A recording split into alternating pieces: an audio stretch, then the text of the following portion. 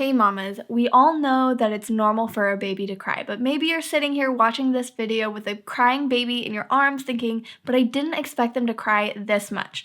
Or maybe you're an expecting mama who's just trying to fill your toolbox with as many tips and tricks as you can before your baby is born. Either way, this video is for you because in it I'm sharing common causes for fussy babies and how to soothe or remedy them. I'm Bridget and I'm a doula in the San Francisco Bay Area, but I'm also a mama myself and I love helping moms navigate through all the seasons of motherhood. So to be encouraged and confident about your pregnancy, birth, and motherhood, make sure you're subscribed to my channel and have hit the little bell so you're notified each time a new video comes your way.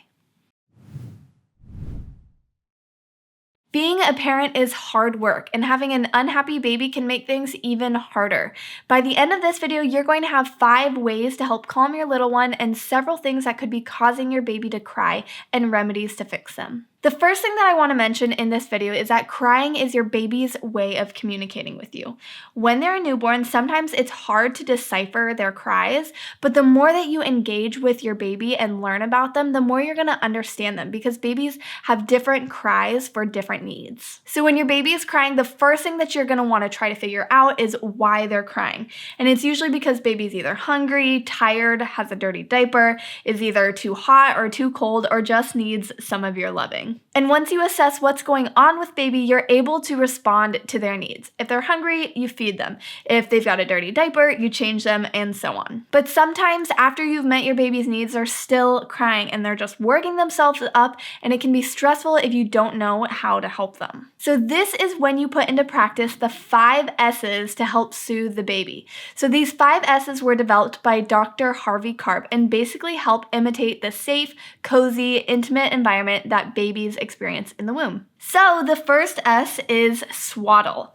So I've got my swaddled baby here, and swaddling your baby helps bring them back to that snug feeling that they grew used to being in your womb for 9 months. Not only that, but it also helps them avoid the startle reflex that babies have when they throw out their arms suddenly in a response to a noise or unexpected touch. So swaddling is really going to help them settle enough to make the following S's more effective. The second S is side lying or stomach position. Now, the American Academy of Pediatrics recommends babies to sleep lying on their backs, but that's actually the worst position to be in when you're trying to calm a fussy baby. Now, I'm not telling you to have your baby sleep on their tummy, but what you can do is hold your baby in a side lying position so that they have more pressure on their stomach, and that's a lot more soothing and calming. You can also hold them over your shoulder, so again, there's just more pressure being put on their front. So either higher up on your shoulder or even on your chest is going to help them calm down if they're having kind of a fit. Now, the third S is shushing. Now, when your baby was in the womb, they never experienced total silence. And now that they're out of the womb, total silence isn't really going to suit them. So a great way to help that crying baby is by shushing them in that repetitious kind of pattern. So you can do this simply by using your voice in their ear. When you have them in this nice side lying position, you are able to be really close to their ears so that they're able to hear it well, or you can even use a sound machine. And if there's one product I encourage every single parent to get, it's a sound machine. I personally love the Hatch Baby sound machine because it has several white noise options and even lullaby options and a nightlight. But there are lots of options that you can choose from, and I will link a few great ones down below. Now, the fourth S is for swaying or swinging. Again, we're trying to replicate the environment of the womb, and for 9 months, your baby has had almost constant movement. So while your baby is swaddled nice and tight and you're holding them either in that side lying position or over your shoulder and you've started showing them,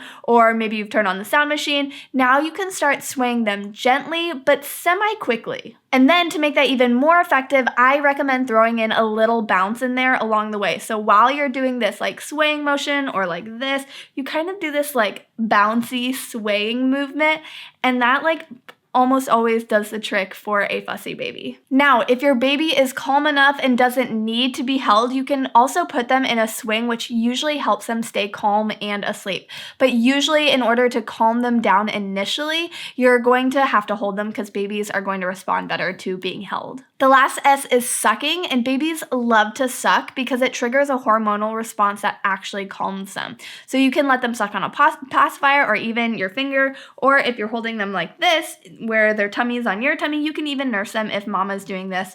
But obviously if daddy's doing it, then you're just gonna give them a pacifier, or up here give them a pacifier, or you can just let them suck on your finger like this. Now, if you've done all of these S's and your baby still isn't able to settle and crying just seems to be the norm for almost all hours of the day, there are a few things that could be going on. Now, keep in mind that colic in babies is pretty normal, but colic crying is usually about 3 hours total in a day. So if your baby is crying 5 hours, 6 hours, 8 hours in a day, that could tell you that something besides colic is going on. Also know that colic in babies usually peaks around that 6 to 8 week mark. So that's when you might experience it at the worst, but it often gets better after that point. So if it's not colic, what could some of the reasons be? The first thing that it could be is indigestion, where gas is trapped in their little belly and baby's having a tough time trying to get rid of it. So what you can do if that's the case is a little digestion massage.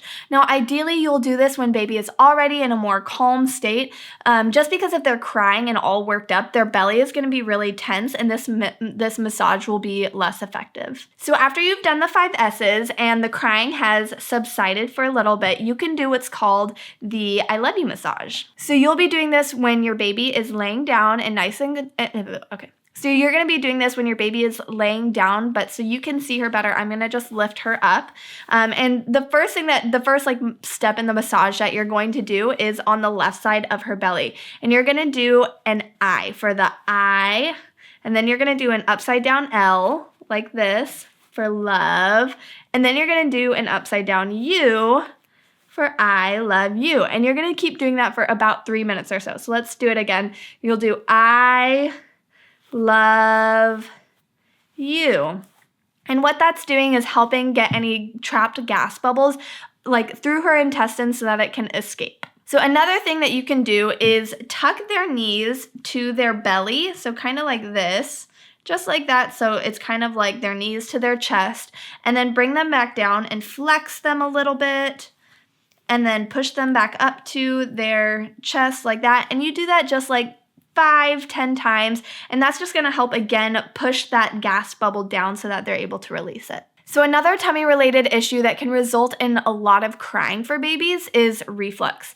And reflux happens when baby's milk gets backed up from their stomach because of a sphincter, or like a little gate, if you will, in their esophagus that isn't fully developed. So because that sphincter isn't fully developed, that sphincter or that gate isn't closing all the way as it should, which allows milk and stomach acid that breaks down baby's food up into the esophagus, resulting in a lot of spit up, discomfort, and crying. If you notice your baby like arching their back when they're nursing and they're like going like that, like they're not really liking drinking milk or even from a bottle, they're just like arching their back away from their bottle or from the breast, or if they're refusing to eat or are vomiting a lot, these could point to an issue with reflux. Now the good news is that this reflux usually is going to fix itself by 6 to 12 months, but the bad news is that no one wants baby to be feeling uncomfortable and persistently crying for 6 months before the reflux heals itself. So some things that you can do to help your baby with reflux are feeding your baby with their head slightly above their belly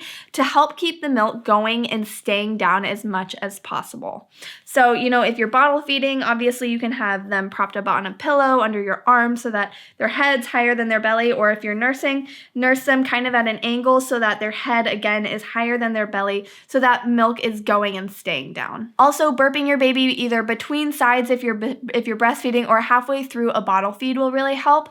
And then just keeping your baby upright for like 15-20 minutes after feeding them is going to really help them, again, be digesting that milk. The last thing I'll mention about helping them with reflux is possibly trying like shorter, more frequent feeds instead of like a lot of milk all at once, because that can sometimes overfeed them and result in that reflux and spitting up and even gas. So those are just a few things that can help with your crying baby if you think that reflux is the issue. Now, if these tummy issues persist, it may be because your baby has a food intolerance or allergy. Often babies with tummy issues have an intolerance to like dairy, gluten, or soy.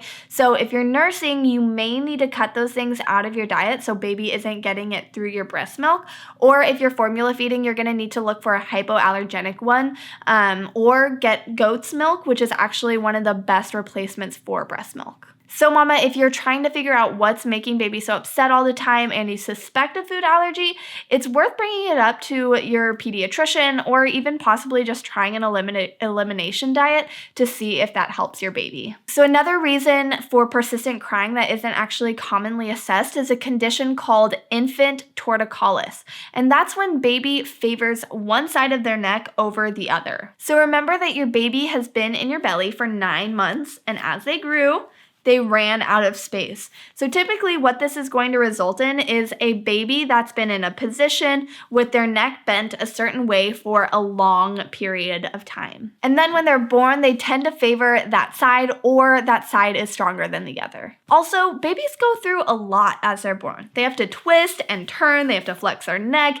their scalp molds, and they have to push through the pelvic bone. So your baby has put up with a lot of physical exertion and strain, which can sometimes result in maybe like a tweaked neck, or their nervous system just isn't running on all cylinders. So if you notice your baby's head is often tilted one way, like he's favoring one side over the other, or if whenever you lay him on his belly, he really only faces himself like in one direction, so maybe he's always facing the right side, or he's always facing the left side, or when he lifts his head, he's kind of always got his head tilted to one side over the other, then those are some indications that he or she may have infant torticollis. Another thing to be looking out for is that if baby really doesn't like to nurse on one side, it's really hard to get them to latch, or they seem really fussy on one side, it also might be an indication that they have a tweaked neck. So if you're noticing those things, it might actually be beneficial for your baby to see a chiropractor. Obviously, you can talk to your baby's pediatrician and see if they see signs of torticollis, or you can just go straight ahead and book an appointment with a chiropractor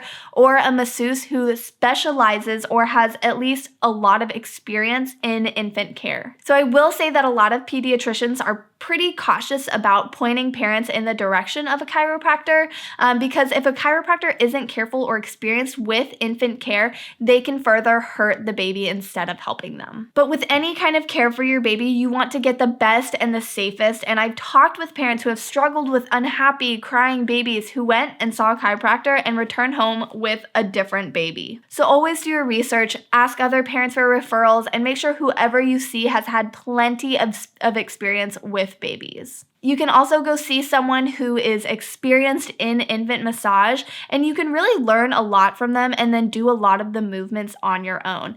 So there are specialists, sometimes midwives or birth or postpartum doulas, who have been trained in infant massage. And doing these massages can possibly help alleviate some of the discomfort that baby is having, and also just provides time each day where it's just you and baby is, calmed down, and you and him are just able to bond and relax together.